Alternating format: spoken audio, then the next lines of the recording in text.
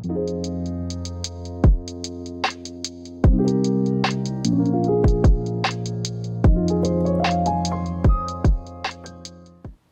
everybody, welcome back to Depressing Matters. I'm Scott. Thank you for tuning in today. Thank you for your support. Today I'll be talking about Record to Die For number 8. It's Michael Hedges, Aerial Boundaries.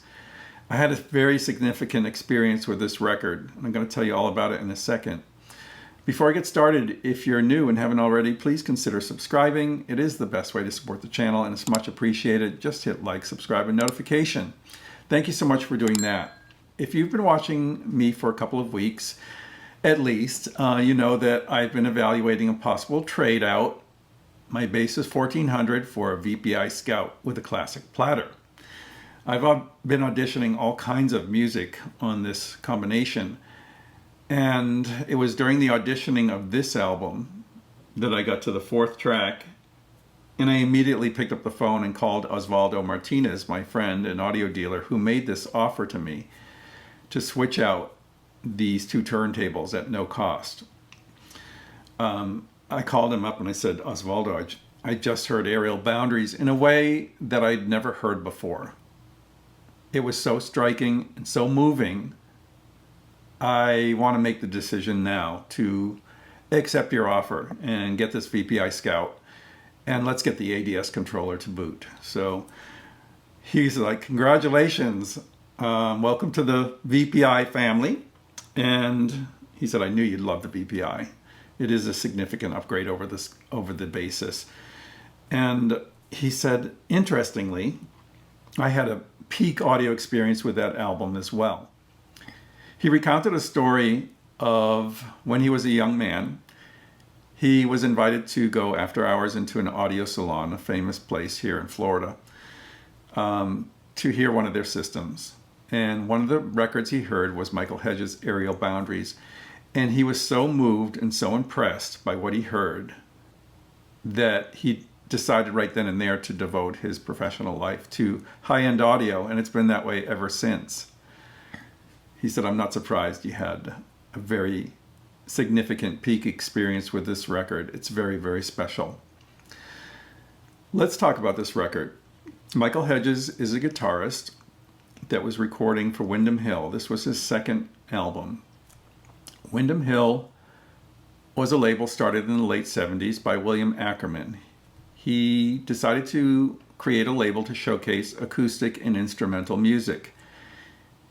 He is a musician himself and had a few albums on the label. He also signed George Winston and Liz Story, who are pianists, and Michael Hedges, who is a guitarist, of course. The label often gets lumped into the New Age category. It kind of came around at the same time as New Age music was taking hold. New Age, as it ran its course, sort of got a bad reputation. And unfortunately, these Windham Hill records are often found in the New Age section of the record stores, if there is a New Age section anymore. There used to be during that heyday of New Age music. But these records are a cut above the typical fodder that you find in that genre. And this record is so good, so significant, and so groundbreaking, not only in its sound and engineering, but its musicianship. Michael Hedges is a virtuoso on the guitar, and he uses techniques here that really hadn't been used before in a popular record like this. Very masterful use of harmonics and unusual guitar tunings and a percussive way of playing the guitar, some slapping and percussive way of hitting the strings that is really striking and really beautiful, and it's captured in all its fidelity here on this Windham Hill record.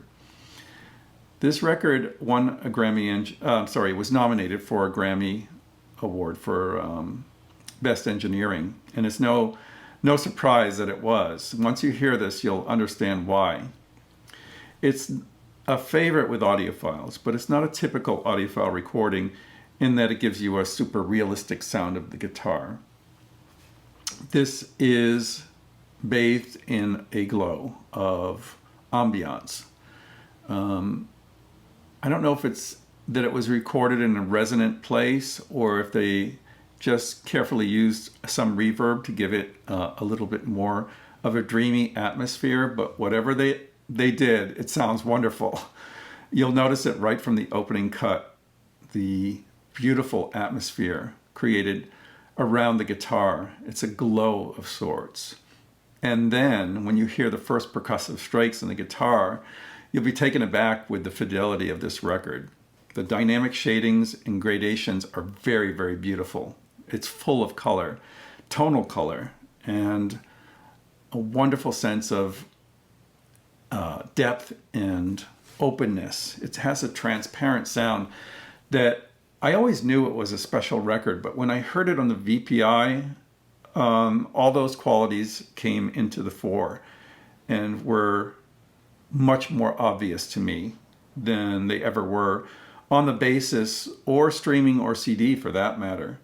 This is the kind of record that analog is all about. Even though there are some digital elements in this record, it's recorded both digitally and analog. This is the kind of treat, the sonic treat, and the type of record that works with your system and makes everything sound like it should. This is analog playback at its highest level, and that's why I'm putting this record into this category. Artistically, it's wonderful too. He composed all of these songs except for one. There is one track by Neil Young. It's a cover version of After the Gold Rush, and it's beautiful too. This is all acoustic guitar music. There is some bass and violin on one or two cuts, but in general, this is a showcase for the technique and beauty of playing that Michael Hedges brings to the guitar. Michael Hedges is unfortunately no longer with us. He had a tragic accident, and it's a shame because he left behind such a beautiful, beautiful catalog of work on Windham Hill. This record is very easy to obtain. The typical, normal Windham Hill pressing is beautiful. They really took care with their pressings to make sure they could compete with the quietness of CDs. And if you pick up any Windham Hill record, you can be assured that it's going to be a quiet record. You can find this for about $10 or $20 in beautiful condition, and I highly suggest you search this out. There was an audiophile edition that was put out by Audio Fidelity that's also recommended, but you'll pay through the nose for it. It's very expensive now. And honestly, I don't know if it really offers that much more than this beautiful record. This is a record to die for. Really it is. Sound that you will just be so impressed with. I can't recommend it highly enough. Let me know what you think in the comments. Until next time, I'm Scott for the Pressing Matters. Have a great day.